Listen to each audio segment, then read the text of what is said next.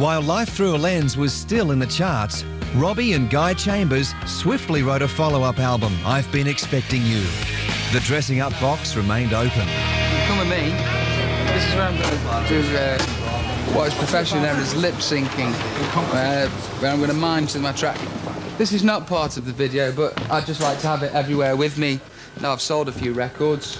I think it's important that you get a revolving bed wherever you go with you. Nearly 2 years after Freedom, Millennium, a song built around a sample from the theme tune for the James Bond film You Only Live Twice, became his first #1. Millennium didn't have a title. There was no Millennium. There was just a chorus without that bit. We didn't know what to call it, but the Millennium was soon to come round. We thought, Millennium. You know, I've always been a big fan of James Bond. I've always fancied myself as a Sean Connery type on the quiet. And we asked John Barry if it was okay to use the sample, and he said yes, and that's how Millennium came about. One of the many unexpected consequences of fame is that you become a magnet for indiscriminate hopes, dreams and delusions. As a result, you're always disappointing people. Once you become famous, you're always shattering dreams you never encouraged, withdrawing help you never volunteered, and breaking promises you never made. I started to dress a bit like him. Strong was written in a hotel in Cologne, and I developed these very, very obsessive fans. I actually was freaked out by these people. You know, they literally did scare me. So I would call these people, a lot of them anyway, obsessed people with problems of their own, you know. And because I was doing my best to avoid them, and I'd walk in and go up to my room and not want anything to do, and I'm talking, you know, like 100 or 200 in the lobby. You know, it would scare the living daylights out of me. You know, I was scared of these people that would look at me like this.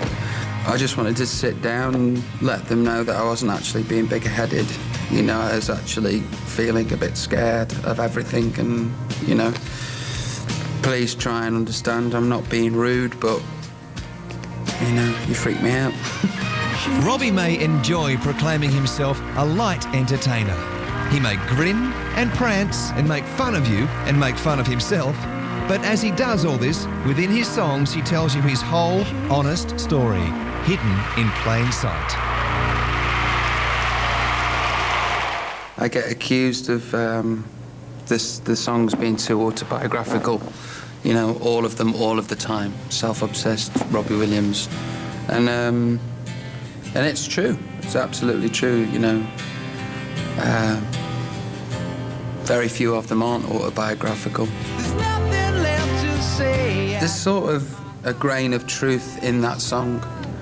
You know, that it was written about an ex, but with all sorts of art and film, things get expanded on, and, you know, and there's inaccuracies and half-truths surrounding everything, and that was about an ex, you know, but I never felt as harsh as those lyrics came out.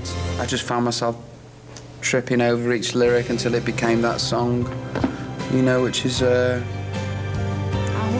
pretty vitriolic for a subject that's so heartbreaking. I'm from a household where it's always been encouraged to say how you're feeling, especially my mum. And as the years progressed, you know, my mum became a counsellor and did all these things, and we always said, you know, how are you feeling? And we'd say, Live for this and live for who? Do you want to sing this then? what is it? It's Rock DJ. Sing what? I haven't got any lyrics. Right then. Okay. I Don't Want to Rock DJ is actually ironic. I don't know if you've known this before. It's ironic. I do want to rock. Me with the floor show, kicking with your torso. You see, there's a group of boys getting high, but the girls even more so. I know what the it's about. It's a deep and personal song that was written, lyrics, in 15 minutes. America, they say, I like your song. And I say, which one's that? And they say, the one where you rip off your muscles. It's so sick, man. I really like it. Is that it for a bit? It is that for a bit. Give it up one time, yeah! I can understand that it's an undeniably good pop anthem, but I wanted Born Slippy by Underworld, and I got Born Ugly by Robbie Williams. Rock DJ was the first in a series of hits from his third album, Sing When You're Winning. By now, he no longer had to rely on faceless Totty to spice up his videos.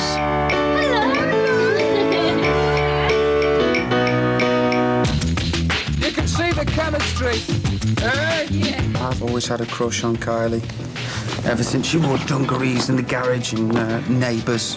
And, you know, she became like a super vixen. And that period of what do I have to do to get the message through, and that she made some great songs. I really wanted to have her say lots of dirty things to me, but really wasn't brave enough to write the lyrics.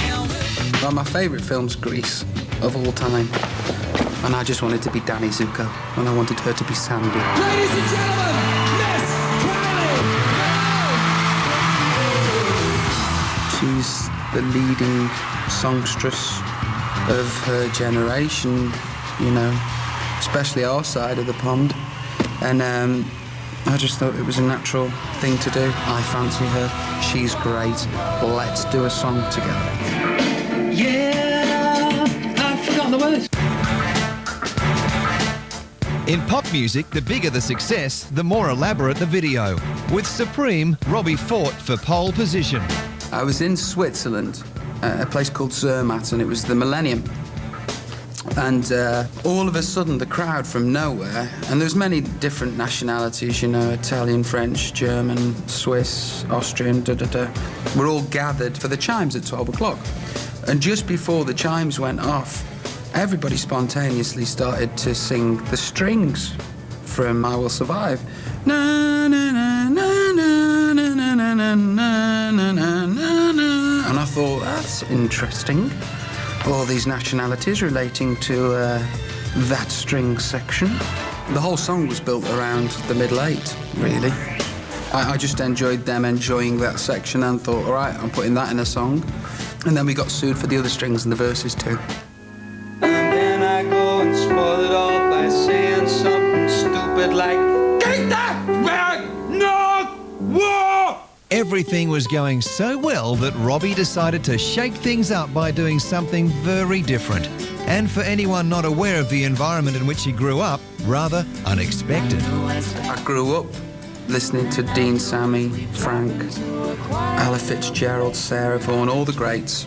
You know, that was the music that I used to sit in on a Sunday afternoon and put onto the record player and study them like a book, so I could then go somewhere to sing these great, beautiful, emotive songs. My father's a massive Frank fan, you know, and we used to sing together in pubs and clubs and stuff when I was growing up. And I never thought I had a good enough voice to pull any of them off. You know, my favourite songs to sing were Mac the Knife and Every Time We Say Goodbye. And you know, it was quite a novelty for people to see a 14-year-old singing these standards, you know, but I loved them. Our artist, Robbie Williams. Hey. Hello, everyone. Have a good time. Let's start with something I can sing. Do they know Angels? I sort of had a little bit more belief in myself as a singer and thought it was time that I went into a studio and recorded all these songs that I love, just to see if I could pull it off. My head keeps spinning. I go to sleep and keep grinning. I thought that this was the excitement that I now needed after releasing 3 albums to go and do something else that could possibly fall on its arse. And not only that, but I'd record them live in these massive studios with huge orchestras that have played with everybody from, you know, Sinatra all the way through. And here was me getting up in front of these people to see if I could pull it off. Sorry, that was amazing. Sorry. Yeah. Not at all. It's all right. I found my spiritual home. What I learned from the whole experience of releasing the Swing album was that that music is still electrifying. You know, it is still amazing. The Albert Hall gig was just amazing, just to stand up there and sing these wonderful songs and have them received in the manner in which they were received that evening is just beyond words. It's mind-blowing. I could actually do album after album Swing and enjoy it, you know, and glory in it and love it. The writing of my own songs could be my hobby and Swing could be my career, you know. There's plenty more Swing stuff to come. That's why it's not the greatest hits. I see them as two separate things.